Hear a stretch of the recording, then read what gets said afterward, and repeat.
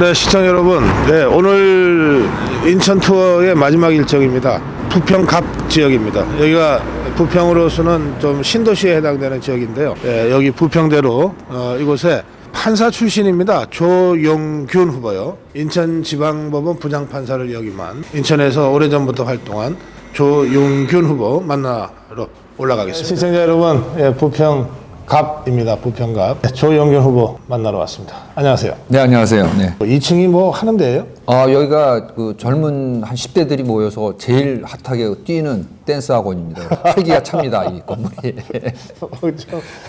국장하네. 네, 젊은이들이 활성화돼야 이 나라가 발전하죠. 아이, 그러네요. 네. 사실 우리 젊은 청소년들이 마음대로 막 놀고 뛰놀 수 있는 공간이 물리적 공간뿐만 아니라 절대적으로 부족하지 않나요? 지금 사실은 이게 그렇다고 학업을 많이 시키는 것도 아닌데 현실적으로 이 젊은이들이 와서 자기 끼를 발산할 수 있는 지역이 생각보다 많지가 않은 것 같더라고요. 그러니까. 좀 안쓰럽습니다. 예. 결국 뭐 우리가 말로는 대한민국의 미래가 청년의 어깨에 달려 있다. 뭐 이렇게 얘기는 하면서도 진짜 저 청년들한테 우리나라의 미래, 우리 국민의 미래를 맡겨야 되는데 정말 막 옛날 같으면 호연직이라 그러고 네. 막 길을 키워주고 막 그랬는데 그런 점들이 좀 부족하긴 해요. 조영균 후보는 보수를 보수하라 이렇게 주장하고 있습니다. 저게 책 제목입니까? 네, 책 제목이죠. 보수를 보수하라. 예, 어떤 뜻입니까? 기존에 우리 그 보수의 정치를 대변하시는 분들이 사실은 그 대한민국의 산업화를 가지고서 계속 보수를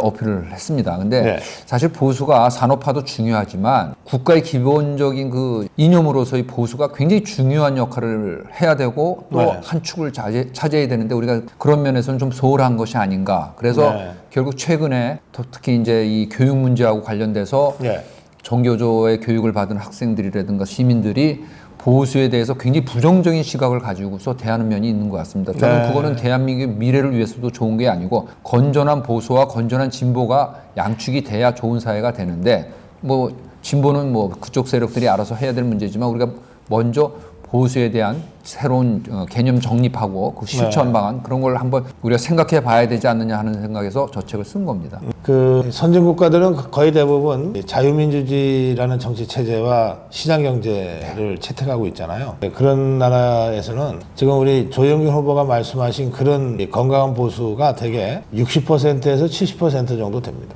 그리고 이른바 진보, 그것도 합리적인 진보가 그저 한 30%에서 40% 정도. 좌우 두 날개로 난다 그러지만 약간 오른쪽에 치우쳐서 날아야 안정적이에요. 이게 5대5라고 하는 것은 현실성에서 불가능한 거거든요. 그런 의미에서 우리나라의 건국과 근대화와 민주화를 이끌어오고 성취해온 우리 보수가 진정으로 당당하게 바로 서는 그런 과제가 지금 우리한테 남겨져 있습니다. 제가 왜 이런 말씀을 드리냐면 7년 전에 박근혜 대통령이 탄핵된 후에 보수라는 단어를 아예 쓰지 말자고 하는 그 황당한 주장까지 우리 자유파 진영 안에서 막 나왔었죠. 그랬죠. 네. 저는 사실은 최근에 그 건국전쟁이라는 그 영화를 봤습니다. 근데 제가 그 영화를 보면서 진짜 가슴 아픈 것이 이승만 대통령에 대해서 우리가 그동안 너무 무관심하지 않았나 하는 그 죄책감 같은 걸 느꼈는데요. 그 영화를 보면서 제가 느낀 게 뭐냐면 그 영화는 다큐멘터리 형식이기 때문에 어떤 무슨 특정 무슨 뭐 소설 같이 해가지고 연극화된 것이 아니라서 허구가 없죠.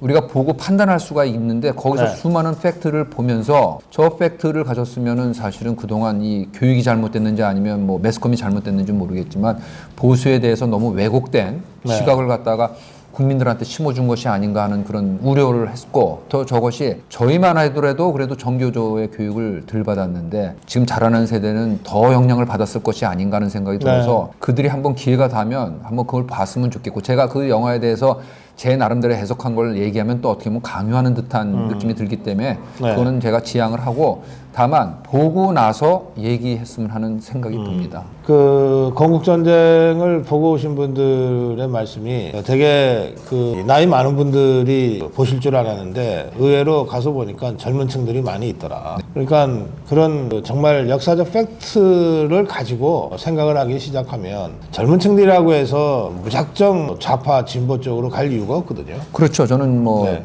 예, 우리가 젊은이들에 대해서 자꾸만 우리가 뭘 가르치겠다라는 것보다는 객관적인 사실을 전달하고 그들로 하여금 판단할 수 있게 해서 네. 그들의 건전한 판단으로서 선택을 하게 하는 것이 제일 중요하다고 생각을 하는데 지금까지는 좀 그런 면이 우리가 부족하지 않았나 하는 생각이 듭니다. 하여튼 예. 가슴이 좀 아프더라고요. 예, 우리 조영일 후보는 쭉 법조계에 있었어요. 사법부 판사를 쭉 하셨죠.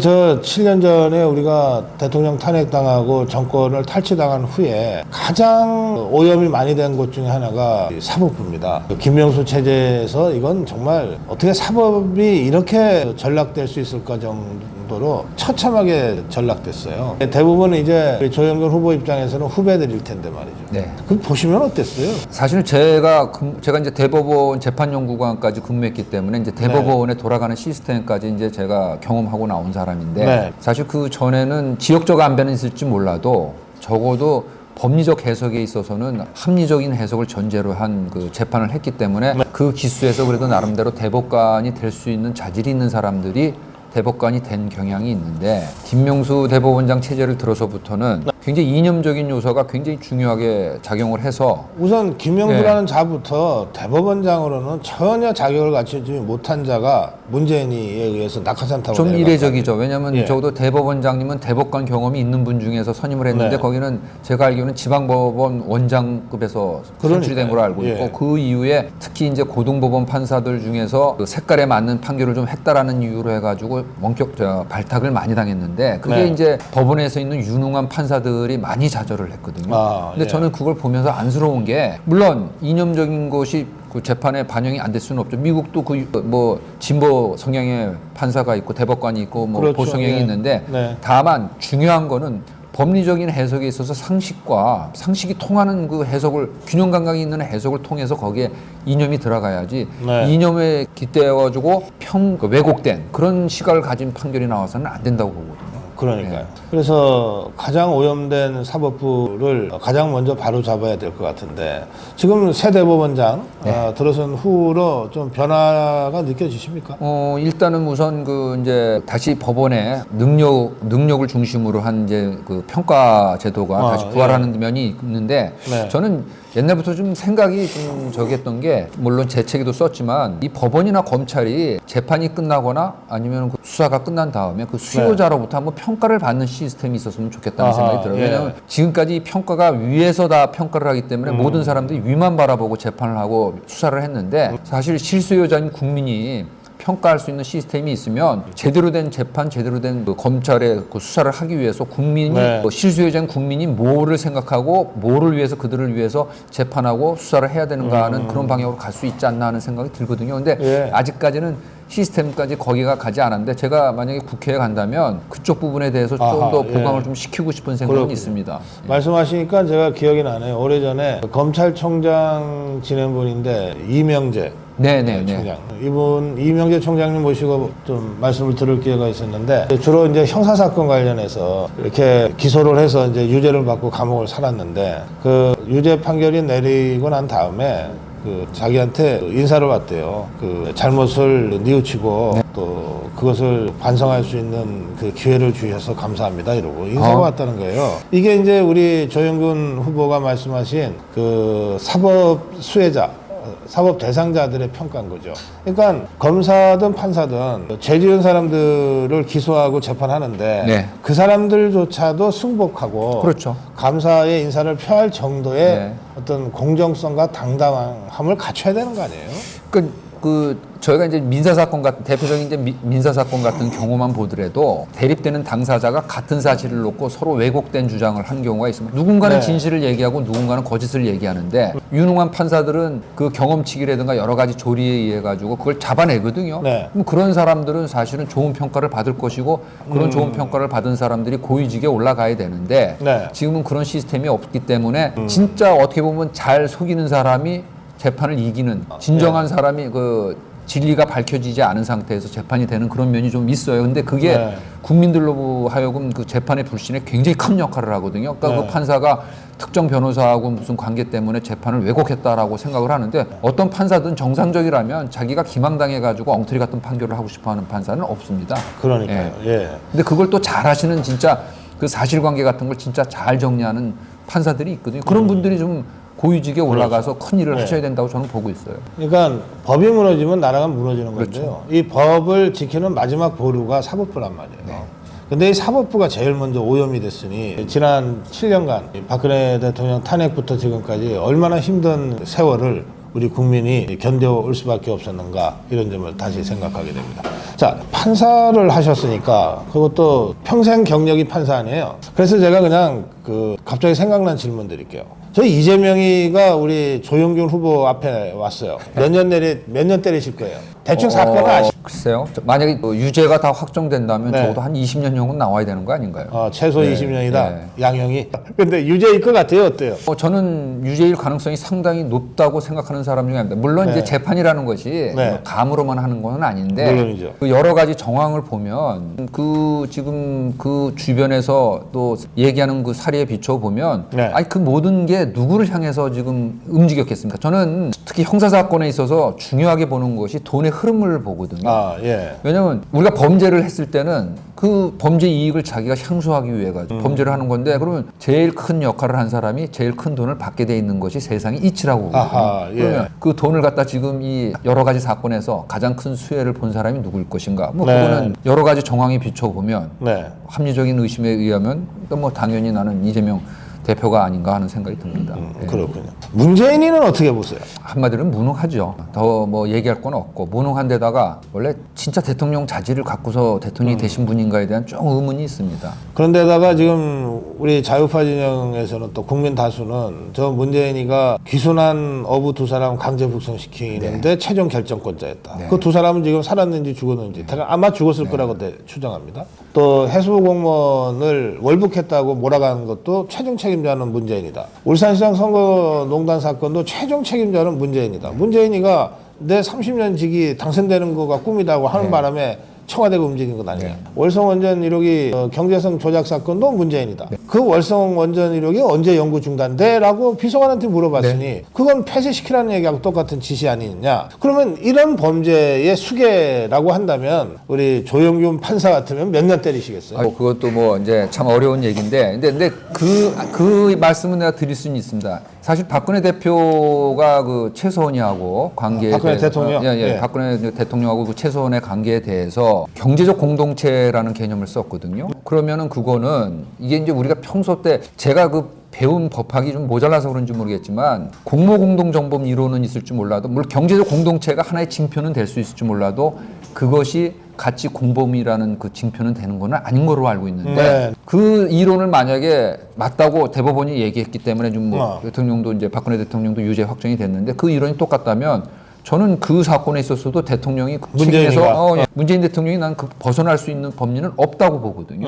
근데 왜 검찰에서 그 법리에 의해 가지고 왜 조사를 해가지고 왜 기소를 안 하는지 좀 답답합니다. 그렇게 따지면 이재명이는 돈을 챙긴 자범인데 문재인은 여러 사람을 죽음으로 몰아넣은 사람이고 대한민국 국기를 근본적으로 부정하고 흔든 사람이 되는 셈이기 때문에 뭐 여적죄는 사형밖에 없다면서요. 근데 이제 여적죄는 이제 뭐 이게 우리가 죄형법정지에 의하면 여적죄는 북한의 적을 갖다가 도와주는 적인데 저는 제일 궁금한 게 그 판문점에서 건네줬더니 USB에 과연 뭐가 들어가 있는지 그 내용을 알아야 우리가 그게 북을 도와주는 내용이 들어가 있다면 여적죄에 해당되는 거죠. 가능성이 있죠. 그러면 사형밖에 없는 거 아니에요. 이제 사형도 감형이 되면 무기가 갈 수가 있기 때문에 뭐 그거는 뭐 재판장의 최종형은 어떨지 모르겠는데 감형보다는 사형 해놓고 난 다음에 집행을 안 하는 게 지금 그렇죠. 우리나라는 지금 사실은 아니에요? 우리나라 형사법 체계가 아니고 사실은 우리나라 사형제도는 있습니다. 지금까지 헌법재판소에서 계속 사형의 그 유연성의 문제에 대해서 합헌 결정을 냈는데 다만 집행을 안 하는 것뿐이죠. 그래서 저는 그 제가 옛날에 쓴 책에도 나오는데 집행을 안 해가지고 사형을 무기력하려면 아예 사형제도를 없애고 그냥 무기징역으로 만들어라.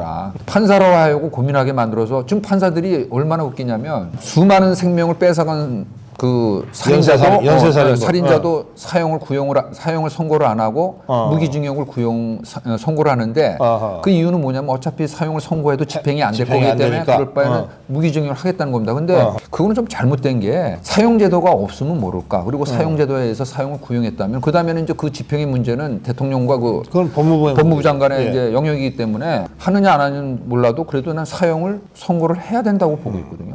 알겠습니다. 야, 이 조영균 후보가 판사 때 엄청 무서운 사람이었어요. 저는 저 개인적으로는 사형까지 뭐 할 만한 큰 사건을 다뤄본 적이 없어서 뭐 개인적으로는 뭐 거기까지 어떻게 보면은 큰 고민 없이 판사 생활을 했었는데 근데 법이라는 것이 이게 우리가 만들어 놓고 집행을 안 한다면 의미가 없거든요. 예. 그러니까 법이 있으면 집행은 해야 되고 그 네. 집행을 안 하면은 그 나름대로 그 국민들한테 이해를 구해야 되는데 지금은 사실은 그 사형 집행을 안 하는 것이 특정 대통령의 그 인권관 때문에 그때부터 안 하기 시작했는데 그렇게 부조화된 법을 갖다 만드느니 그거는 입법적으로 아예 해결을 하든지 국민의 의견을 물어봐서 그렇죠. 난 그게 오히려 더 맞다고 생각합니다. 알겠습니다. 네, 이 조영근 후보하고 이게 법률가 판사를 오랫동안 하셨기 때문에 제가 먼저 법률적인 말씀을 좀 질문을 드렸습니다. 원래 이 동네 이 지역 출신이신가요? 제가 이제 여기 부평고등학교를 나왔는데 이제 한 50년 이제 지난 고등학교거든요. 제가 그때 여기 그 평준화 될 때 여기서 선발을 했었습니다. 그래서 제가 그때 선발 집단으로 여기 들어와가지고 그때 연을 맺었죠.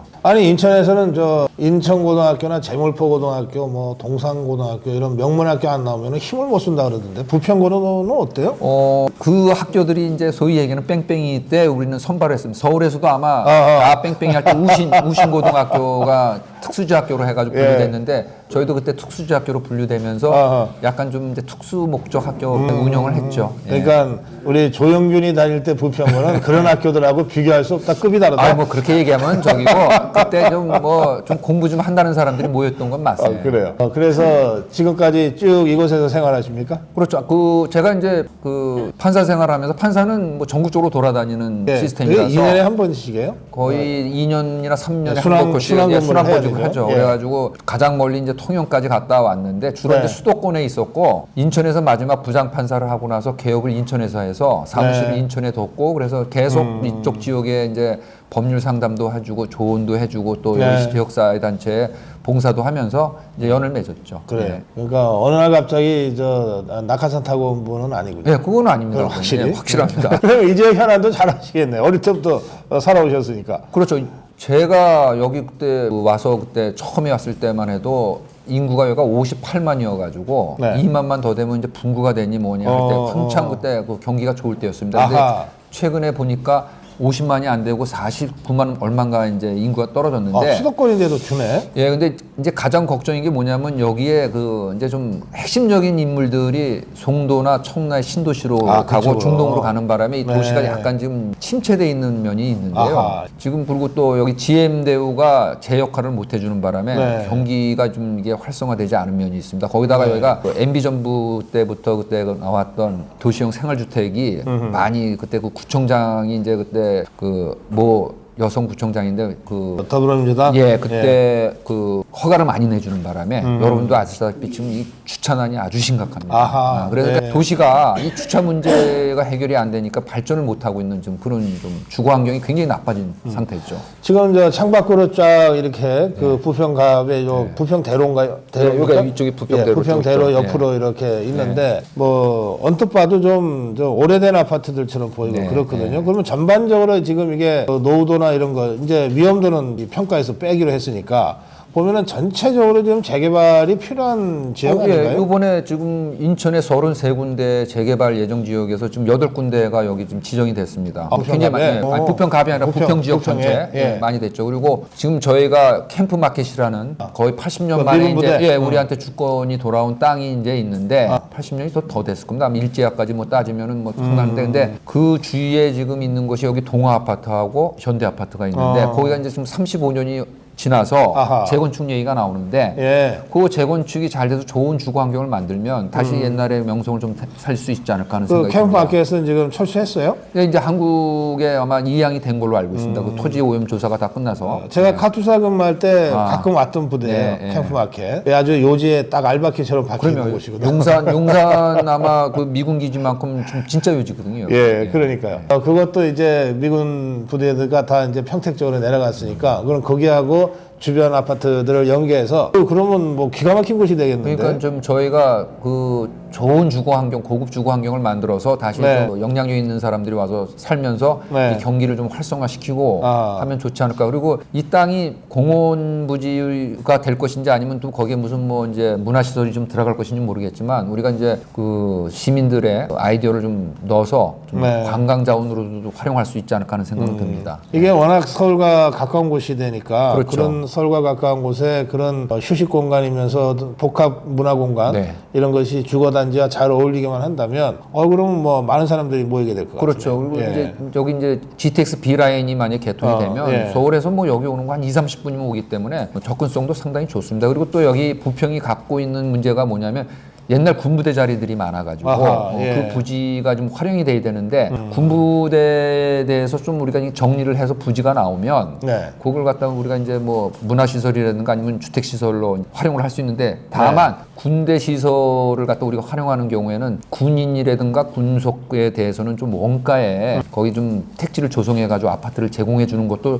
좋은 방안이 아닌가 하는 생각이 들어요. 그렇죠. 왜냐면 그렇죠. 군인들이 그 박봉에 PX가 소위 얘기해서 좀 싼 세금이 면세되는 거로 인해 가지고 생활을 하는데 아파트는 사실 그렇지 못하거든요. 그런데 그렇죠. 군인들이 자기는 전방에 가서 고생을 하더라도 가족들은 좀 괜찮은 주거 환경에서 살았으면 하는 생각을 갖고 있다면 그것도 난 좋은 아이디어라고 생각합니다. 예. 이게 이제 2, 3년마다 점검 다니면서 근무를 해서 군인 가족들의 그 애환을 조금 그래도 간접적으로 아실지 모르겠어요. 제가 군인 가족이었잖아요.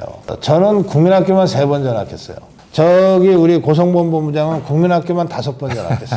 제 밑에 있는 여동생은 국민학교 7번 전학했어. 아이고. 그게 정상적인 생활이 되겠어요? 군인이야 군문에 몸을 바쳤다, 나라에 몸을 바쳤다 하지만 우리 아버지야.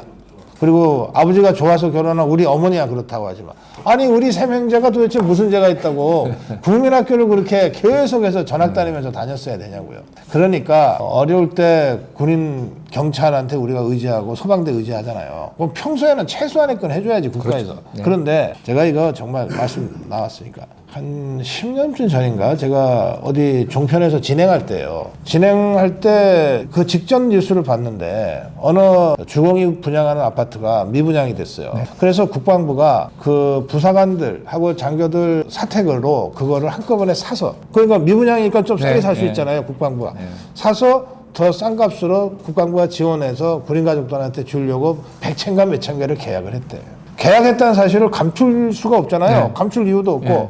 근데 그게 알려지자 데모가 시작됐대. 우리 군인 가족들 여기 들어오면 아파트 값 떨어지니까는 절대 안 된다. 이게 뭐야 도대체. 근데 제가 보면 그 주민들이 사실 좀 잘못 판단한 게 예. 군인들이 아마 제가 알기로는 제일 훌륭한 소비 주체입니다. 지금 전방에서 좀 사단이 없어지면서 그 도시가 죽어가는 모습을 보면서 곳곳에 그래요. 그러면 좀 예.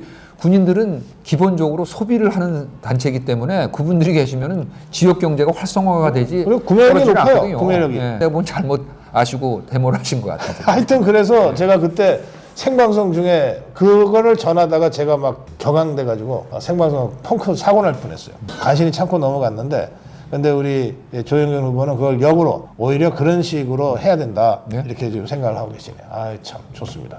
국회 가시면 무슨 일 하실 거예요? 제가 개인적으로 진짜 하고 싶은 건 아까 얘기했던 그 사법 정책이 있어서 그 수요자로부터 그 선택을 받고 평가를 받는 시스템을 만들어서 진짜 훌륭하신 판사님과 훌륭하신 검사님이 대한민국의 이 사법의 근간을 딱 이루면은 사실 이게 어느 사회나 제일 저기 한 게 신원이거든요. 억울함이 없어야 되는데 그게 일선에 쓰는 게 사실은 수사하고 기소하고 재판하는 거거든요. 네. 그러면 그 관여자들이 진짜 좋은 사람들, 진짜 훌륭한 네. 사람들이 관여해야 되는데 그걸 하려면 우리가 평가 시스템이 잘 돼야 된다고 생각하거든요. 그래서 예. 저는 그거에 대한 한번 그 제도적인 잠깐 당장 재판하고 나서 끝나고 나서 평가를 하면은 혹시 왜곡될 수 있으니까 네. 재판이 다 끝난 다음에 그 재판받은 당사자들한테 설문을 돌려서라도 이 재판받은 사람에 대해서 어떻게 생각하는지에 대한 그런 데이터를 얻어서 그것이 좀 인사에 반영될 수 있는 그런 좀 시스템을 하나 만들어 보고 싶은 생각은 있습니다. 그러시네요.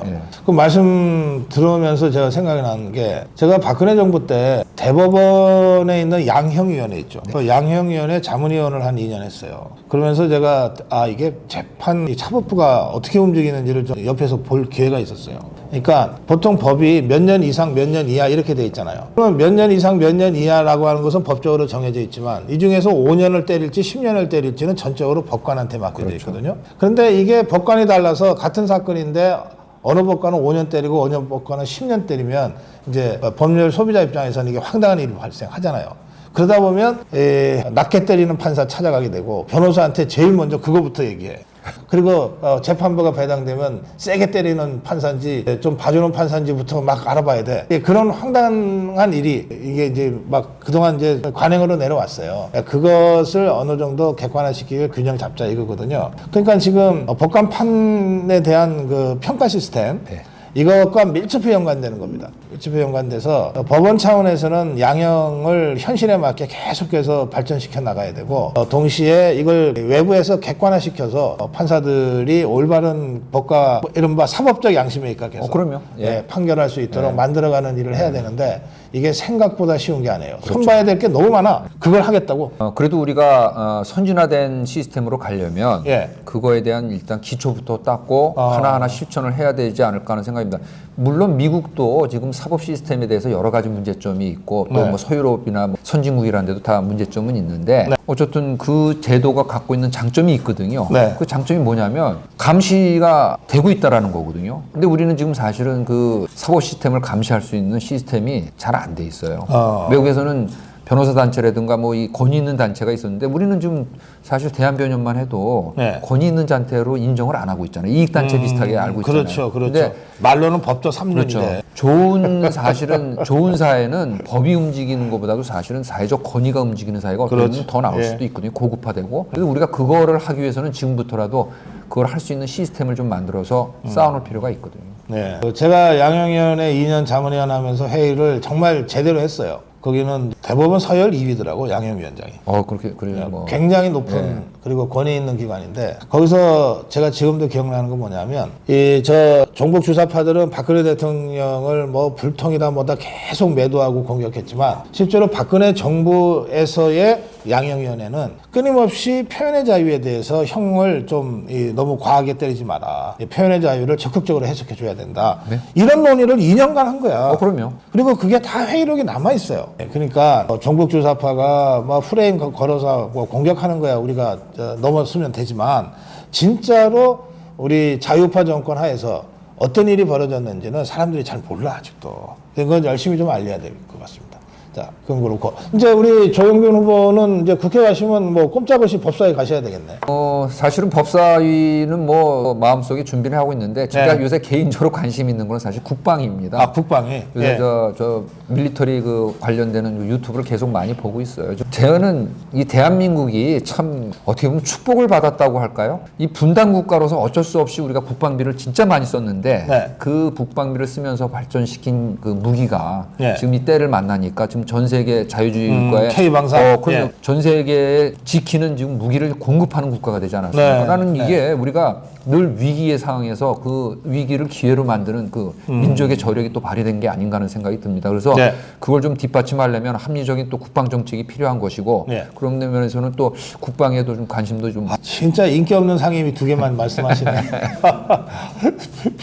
누구도 별로 가고 싶어하지 않는 법사위와 국방위에 관심을 갖고 있다는 조영균 후보입니다. 부평 갑 지역입니다. 부평 갑 지역. 조영균 후보의 마무리 인사 말씀 듣겠습니다. 이번에 이렇게 이제 예비 후보 단계에서 이렇게 지역을 다니면서 느낀 거지만 이번 선거 참 중요합니다. 이번 선거야말로 우리가 이기지 못하면 윤석열 정부의 성공이나 대한민국의 미래가 보장이 안 된다고 생각합니다. 그러기 위해서는 대외적으로 경쟁력 있는 후보가 반드시 나가야 된다고 생각합니다. 시 정무수석으로서 지역의 현안을 잘 알고 있고 또 인권 변호사로서 또 판사로서 깊은 지역의 연구를 갖고 있는 저야말로 이 지역에서 누구든지 이길 수 있는 최강의 후보자라고 생각합니다. 여러분들 많이 지지해 주시고 응원해 주시기 바랍니다. 감사합니다. 예, 이 지역의 현역이 누구예요? 지금 이성만 의원이시죠. 네. 어떻게 그 사람은 제주도 좋아? 감옥을 안 가네? 그것도 사법 시스템, 그러니까 대한민국 사법 시스템이 괜찮다고 제가 보는 게 굉장히 선진화됐거든요. 유죄 확정이 날 때까지는 뭐 감옥에 집어넣으면 안 되죠. 그래요? 알겠어요. 무죄 추정과 불구속 원칙, 어쨌든 제도 자체가 나쁜 건 아닙니다. 그걸 악용하는 저것들이 문제지. 제가 사실은 상대가 누구냐는 질문을 아예 안 드렸는데 상대가 누구든 조영균이 이길 것 같아서 그랬어요. 고맙습니다. 이곳 인천시 부평갑에서 우리 조영균 후보와 함께 말씀 나눴습니다. 박수로 마무리합니다. 고맙습니다.